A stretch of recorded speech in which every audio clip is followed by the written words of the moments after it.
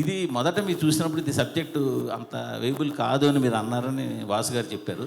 తర్వాత దాన్ని మొత్తం రీఫ్రేమ్ చేసి అంత రీస్ట్రక్చర్ చేసాక సెట్ అయింది అన్నారు. ఫస్ట్ నేను నేరేషన్ విన్నప్పుడు ఫస్ట్ హాఫ్ అదిరిపోయింది, సెకండ్ హాఫ్ డాక్యుమెంటరీ నేచర్లో ఉంది ఇది. అందుకని ఆ కథ కొని ఒక రైటర్ దర్శకుడికి ఇస్తేనే ఇది పని జరుగుద్ది.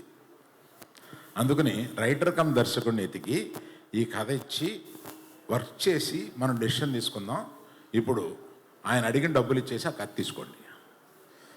ఇది కాకుండా ఏ జైలుకి 22 మంది వెళ్ళారో వాళ్ళందరి దగ్గరికి వెళ్ళి చేరి అది మేము సినిమాగా తీసుకోవడానికి రైట్స్ తీసుకోండి, ఇతను కథ రాసేస్తే ఈ కథ కొనుక్కుంటే మనకి పని అవ్వదు. అందుకని వాళ్ళందరి దగ్గరికి వెళ్ళి వాళ్ళందరి దగ్గర నుంచి రైట్స్ తీసుకుని వచ్చి ఇప్పుడు అవన్నీ అయిన తర్వాత చందు గారిని రిక్వెస్ట్ చేశాం. ఈ సినిమా టోటల్గా వెళ్ళిన 22 మంది కాకుండా టోటల్గా 30 మంది దగ్గర నుంచి ఈ రైట్స్ తీసుకోవాల్సి వచ్చిందండి. తీసుకున్నాం ఫర్ అవర్ సేఫ్టీ. అది చందు గారు దాన్ని ఏదో నేను తీసుకుని 2 నెలలు చందు గారి దగ్గర ఒక గొప్పతనం ఉంది. ఆయన ఏమి అర్జెంటు పడ్డు, తొందరపడ్డు.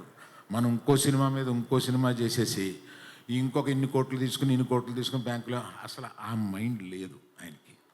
సినిమా ఆ జర్నీని, ఆ సినిమాని రాయడాన్ని, ఆ సినిమాని తీయడాన్ని, ఆ జర్నీని ఎంజాయ్ చేసే మనుషులు.